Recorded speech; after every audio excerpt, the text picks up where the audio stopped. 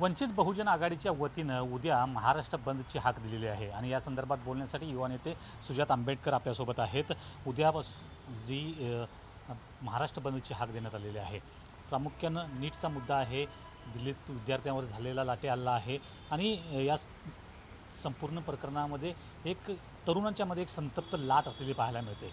तोच मुद्दा घेऊन तुम्ही जात आहात। उद्या जो महाराष्ट्र बंद पुकारलेला आहे वंचित बहुजन आघाडीने, हा दिल्लीत झालेल्या क्रूर हल्ल्याच्या विरुद्ध घेतलेली आम्ही एक ठोस पाऊल आहे। आपण जर बघितलं असेल तर नीटचा पेपर फुटतो, त्याच्यानंतर मुलं प्रदर्शन करतात। आपल्याला हेही कळतं की 20 मुलं ह्यांनी सुसाईड केलं आहे। त्यांचा सुसाईड असं म्हणण्यापेक्षा आता जनतेचा रोष असा झाला आहे की सिस्टीमनी आणि एक्झामिनेशननी ह्या 20 लोकांचा जीव घेतला। आता 20 विद्यार्थी जेव्हा एका पेपर लीकमुळे त्यांचा जीव जातो, तेव्हा त्यांच्यावरती एक सरकारवरती खूप मोठी अकाउंटेबिलिटीचा प्रश्न आणि सरकारने त्याच्यावर ठोस पावलं उचलायला पाहिजेत हा प्रश्न येतो। आणि जेव्हा निर्दोष पोरं आपल्या सरकारकडनं आणि आपली सिस्टम फेल होतीये हे सांगायला जेव्हा रस्त्यावरती आंदोलन करतात आणि कुठेही व्हायलेंट न होता अहिंसकपणे प्रत्यक्ष आंदोलन करतात, आणि तेव्हा दिल्ली सरकारकडनं जेव्हा एवढ्या मोठ्या पद्धतीने, दिल्ली पोलिसांकडनं एवढ्या मोठ्या पद्धतीनेचा हमला होतो, तेव्हा हा एका रेझिग्नेशनचा किंवा कोणाच्या तरी हंगर स्ट्राईकचा मुद्दा नाही, तर हा मुद्दा भारताच्या भविष्याचा आणि आपल्या डेमोक्रेसीची जी गळचेपी होतीये आणि गळचेपीकडून जी दडपशाही आणली जाते त्याचा मुद्दा होतो। आपण हा मुद्दा समजून घेतला पाहिजे की जेव्हा विद्यार्थी स्वतःसाठी हक्क मागायला आणि त्यांच्या विद्यार्थ्यांसाठी न्याय मागायला रस्त्यावरती उतरतात आणि जेव्हा इतक्या मोठ्या पोलीस फोर्सवरनं त्यांच्यावरती हल्ला होतो, त्या पोलीस फोर्सचा हल्ला पण कसा होतो, टिअर गॅस वापरून, वॉटर कॅनन्स वापरून, लाठीचार्ज करून, लाठीच्या समोर मोठे मोठे खिळे बांधलेले जातात। असे कितीतरी व्हिडिओ समोर आले ज्याच्यामध्ये पोलीस स्टाफवरती नसलेली लोक, भाड्याची गुंड येऊन विद्यार्थ्यांना मारताना दिसतात। वर्दीवरती नसलेली लोक ह्यांच्या हातामध्ये पोलिसांच्या काठ्या कुठनं येतात। पोलीस जेव्हा एवढे मोठे क्रूर पावलं उचलतात तेव्हा पोलिसांच्या छातीवरती साधा नेमटॅग पण कसा नसतो। हा जेव्हा प्रश्न समोर येतात तेव्हा हे कळतं की इकडचे सरकार ह्या पोरांच्या आणि विद्यार्थ्यांचा जीव घेण्याच्या मागे गमावलेले। 10-10, 12-12 वर्षाच्या मुलींना मारण्यात येतं।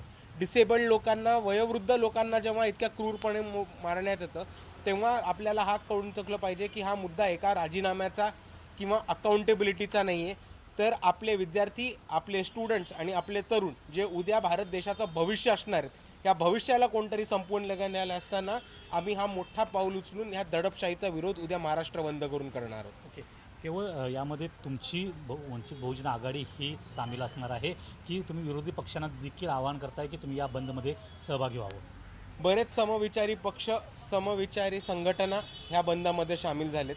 आता नुसतंच डाव्या पक्षांचं पत्रक निघालं आहे की त्यांचा ह्या पाठिंब्याला, या बंदाला पूर्ण पाठिंबा आहे आणि ते सहभागी होणार आहेत। आणि आमचं तेच म्हणणं आहे की हा वंचित बहुजन आघाडीने जरी आंदोलन पुकारलं असेल आणि बंद पुकारला असेल, तरी ज्या ज्या लोकांना इकडच्या तरुणांचं भविष्य वाचवायचं आहे, ज्या ज्या लोकांना भारताची लोकशाही वाचवायची आहे आणि प्रोटेस्ट करण्याचा अधिकार हा या देशामध्ये अंमल ठेवायचा आहे, त्या लोकांनी उद्याच्या मोर्चामध्ये सहभागी व्हावं। ते समविचारी पक्ष झाले, भाजपच्या विरोधातले पक्ष झाले, संघटना झाल्या, NGOज झाले, स्टुडंट युनियन झाले, विद्यार्थी संघटना झाल्या, पालक झाले किंवा जे कोण नागरिक झाले ज्यांना वाटतंय दिल्लीमध्ये जे विद्यार्थ्यांबरोबर झालं ते चुकीचं झालं, त्या सर्वांना मी अपील करतो की आपण सर्वांनी या मोर्चामध्ये आणि आंदोलनामध्ये सहभागी व्हावं। तुम्ही उद्या कुठं सहभागी होत आहे आंदोलनात?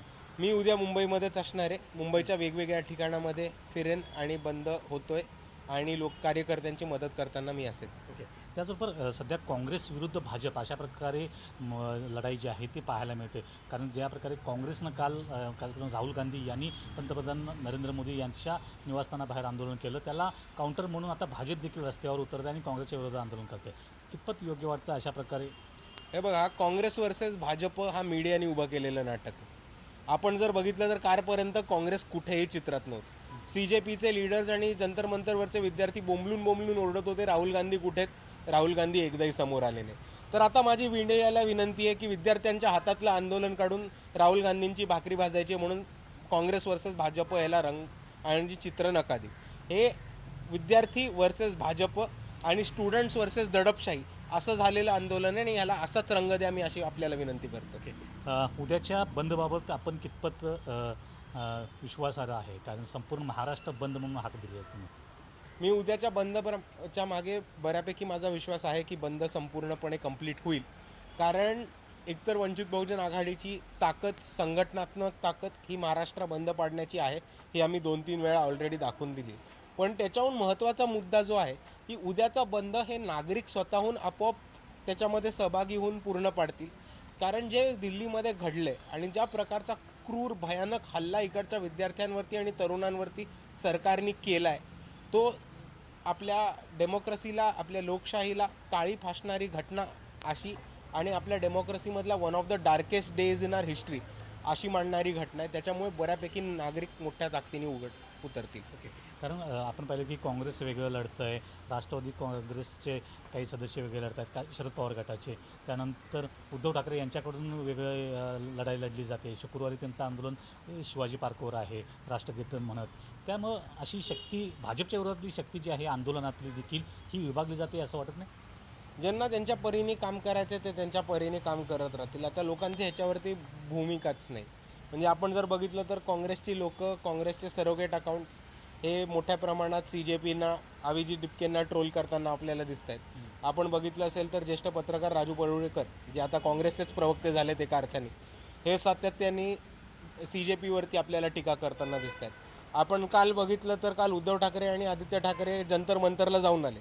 पण आपल्याला आठवत असेल AI जनरेटेड डिपकेंचा आणि नरेंद्र मोदींचा फोटो हा सगळ्यात पहिले संजय राऊतांनी जाहीर केला होता पत्रकार परिषद घेऊन. तर ज्या कोणाला त्यांच्या पद्धतीने भूमिका घ्यायची आहे, ज्यांना मुद्दा कळतो नाही कळत, पटतो नाही पटत, ते त्यांच्या पद्धतीने भूमिका घेतात. पण आम्ही उद्या आंदोलनामध्ये सगळ्यांना सामील व्हायला परत एकदा आवाहन करतोय.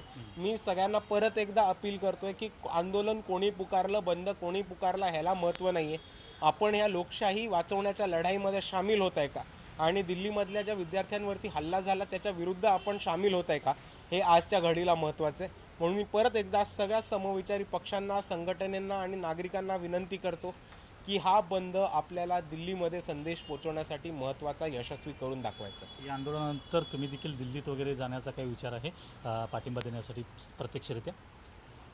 आपण दिल्लीमध्ये काय परिस्थिती चालू आहे, दिल्लीमध्ये जंतर मंतरवरती काय परिस्थिती चालू आहे, ह्याच्यावरती तो निर्णय घेतला येईल. पण शक्यता 100% आहे आणि प्लॅनिंग पूर्ण चालू आहे. ओके, धन्यवाद. तर हे होते सुजात आंबेडकर, ज्यांनी उद्याच्या महाराष्ट्र बंदच्या हाकेच्या पार्श्वभूमीवर आपली भूमिका मांडलेली आहे आणि सर्व विरोधकांना देखील त्यांनी आवाहन केलेले आहे की या बंदमध्ये सहभागी व्हा आणि सरकारच्या विरोधात आणि ज्या नीट पेपरच्या संदर्भात जो काही गदारोळ माजलेला आहे, गोंधळ माजलेला आहे, त्या विरोधात आणि विद्यार्थ्यांसाठी एकवटलं पाहिजे, अशा प्रकारची एक भूमिका त्यांनी मांडलेली आहे.